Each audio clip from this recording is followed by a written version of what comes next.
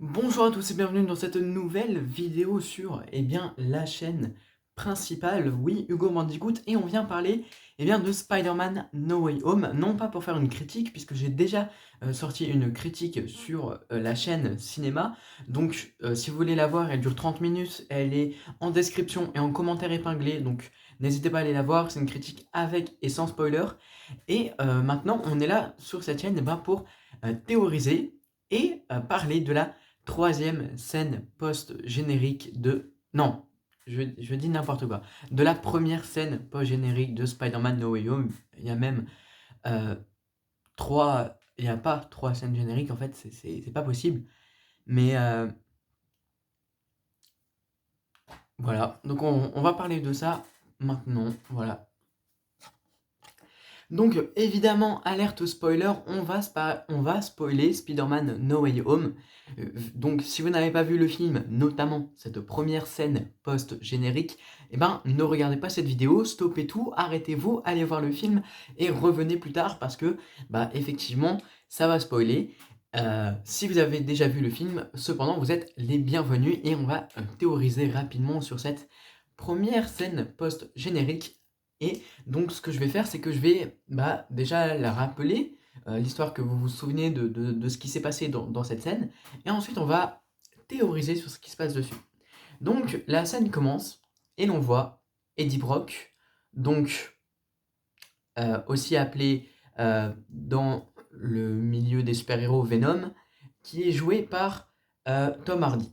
Donc on le voit, c'est directement après la scène post-générique de Venom 2, donc on le voit avec Spider-Man et tout, donc il est dans cet hôtel où il atterrit en scène post-générique de Venom 2, et il y a une discussion entre lui et le barman de l'hôtel, où en gros il se rend compte qu'il a été téléporté dans cet univers, et il y a une discussion sur Thanos. Donc il dit ok, donc dans cet univers, il y a la moitié de la population qui a disparu à cause d'un alien qui collectionnait des cailloux. En gros, il a dit ça un petit peu comme ça.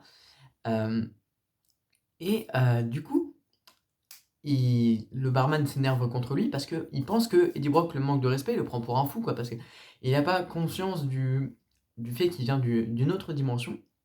Et il y a une scène assez humoristique. Alors, vous savez ce que je pense de l'humour de Venom, où Eddie Brock va parler avec Venom. Alors, on ne voit pas Venom, mais ils se parlent entre eux comme ils le font en monologue dans les films Venom. Et suite à ça, on comprend que c'est au moment où Doctor Strange referme la brèche, pardon, et donc Eddie Brock disparaît. Et fin de scène post-générique, on a un gros plan sur une petite tache noire restée sur le bar, et cette petite tache noire, elle se met à bouger, et on comprend qu'il y a un morceau de Venom qui est resté, qui est resté dedans, quoi. Il y a un morceau de Venom qui est resté dans cet univers. Voilà. Donc ça, c'est tout pour la scène post-générique. J'espère que j'ai été assez clair. En tout cas, vous l'avez déjà vu, je pense, si vous regardez cette vidéo. Donc, normalement, il n'y a pas de problème. Et du coup, ça nous fait penser à quelques petites théories que j'ai pu faire.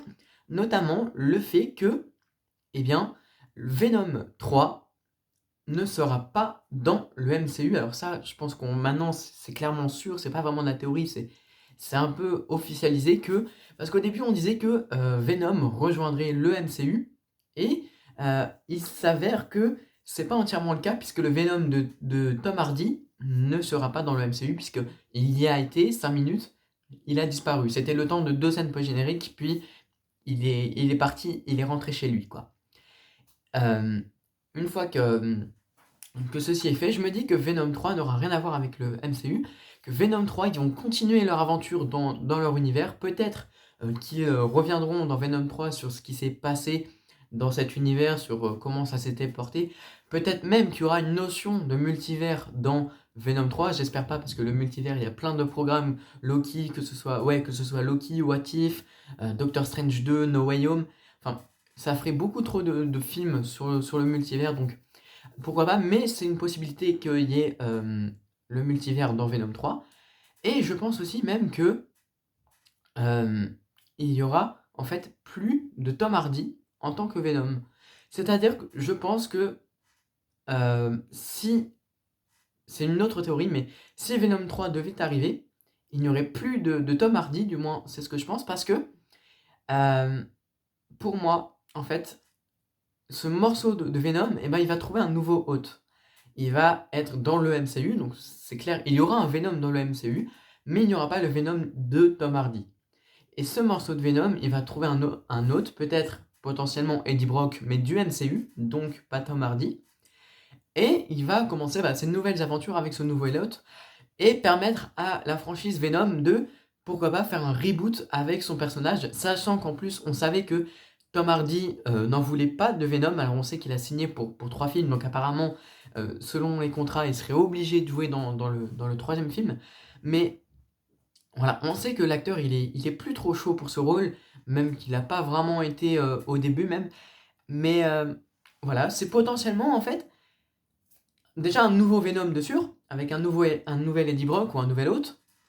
Mais peut-être que c'est la disparition de Tom Hardy. En fait, peut-être que Tom Hardy a fini son rôle et que Venom 3, ce sera l'origin story de ce nouveau Venom, de ce nouvel Eddie Brock. Parce que peut-être même, j'irai plus loin, peut-être que le Venom de Tom Hardy a rejoint un nouvel hôte et que du coup il découvre un nouvel Eddie Brock.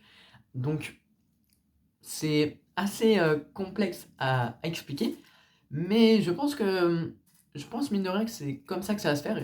Et si Tom Hardy veut arrêter, je pense que c'est le meilleur moyen pour lui d'arrêter. Donc en tout cas, est-ce que c'est une bonne nouvelle d'avoir un Venom dans le MCU? Bah, si c'est le même Venom qu'ils ont fait avec les 2 premiers films, bah non, je suis désolé. Euh, à partir de là, on peut se poser la question de un nouveau Venom plus violent. Est-ce que ce serait cool? Beaucoup plus gore comme pouvait le faire un petit peu Carnage dans Venom 2. Alors oui, forcément que ce serait cool, mais faut pas oublier, on est dans le MCU. Et dans le MCU, on peut pas se permettre de faire des trucs gore ou quoi. Alors, on sait qu'il y a Deadpool 3 qui va venir et qui, normalement, sera un film moins 18, enfin moins de 16, comme l'étaient les 2 premiers Deadpool.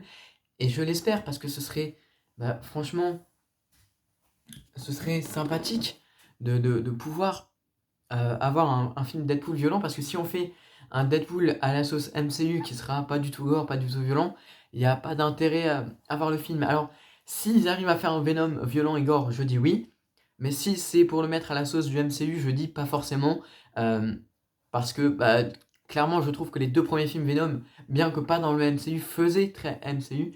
euh, non, j'accepte pas. Voilà, donc c'est tout pour l'explication, les théories concernant cette troisième... Non, je sais pas pourquoi j'ai dit troisième depuis le début de la vidéo. Pour cette première scène post-générique de Spider-Man No Way Home, je reviendrai peut-être demain ou plus tard dans la soirée sur la deuxième scène post-générique, qui n'en est pas une. Si vous avez vu le film, vous le savez. En tout cas, c'était Hugo, j'espère que la vidéo vous aura plu. N'hésitez pas à aller voir la critique du film No Way Home en commentaire épinglé et en description. Ça ferait super plaisir que vous allez me donner votre avis sur le film dans cette critique. Et on se dit à très bientôt pour une nouvelle vidéo. C'était Hugo, ciao!